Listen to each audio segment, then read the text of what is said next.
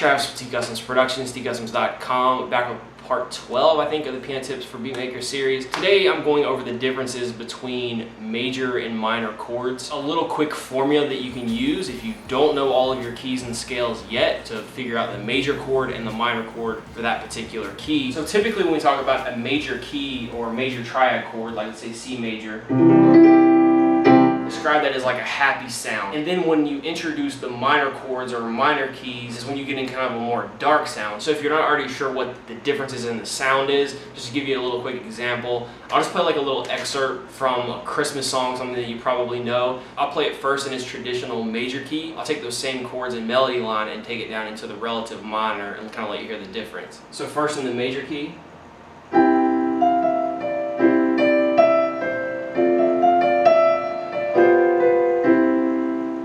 That same progression and melody line down to the relative minor, so that's the A minor, I get this sound.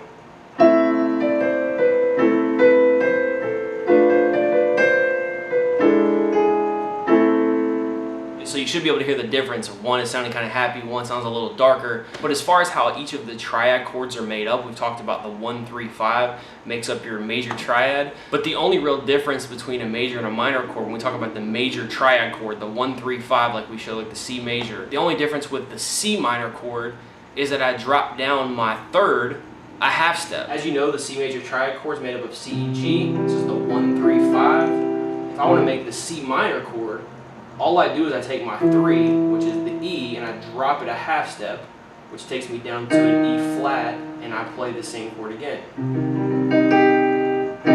So that makes up the C minor, D major. That's really the main difference that applies to any of your other keys. So we've talked many times about the A minor. So now if we work backwards and say, now what would be the A major triad? That means I would raise the third, so that would come up to this C sharp here. So now that makes up the A major triad. Apply the same thing to F major. If we want the F minor, we're going to take the third, which is this, and we're going to drop it down a half step. Just give us an A flat.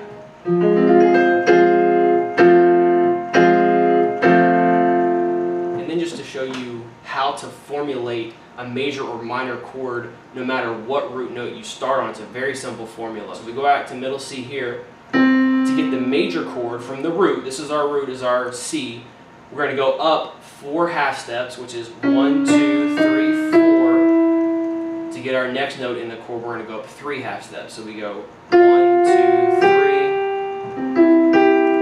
That gives us the C major triad. And again, it's the root. We go up 4 half steps, 1, 2, 3, 4. And then go up 3 half steps, 1, 2, 3.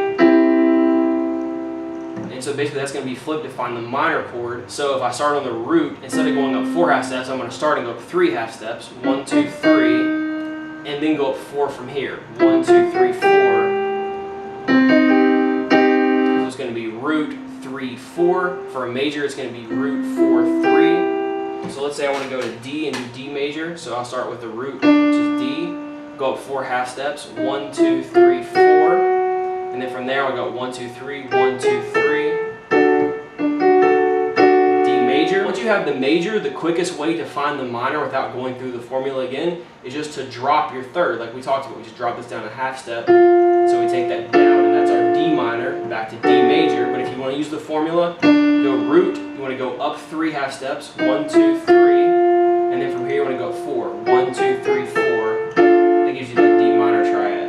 This is just kind of a hack that you can fall back on if you know the root note and you don't know how to formulate that specific chord. I think to get the best foundation as you start to learn all your scales and keys, just to be able to at any time identify what chord to play. So say a G minor, you just automatically know that's a G minor. Come down to D minor. Okay, I know it's a B flat. F sharp minor, A, D major inversion. That will come in really handy when you start to go and kind of improv and come up with your own chords. But like I said, in the meantime, you can use this as long as you know the root note.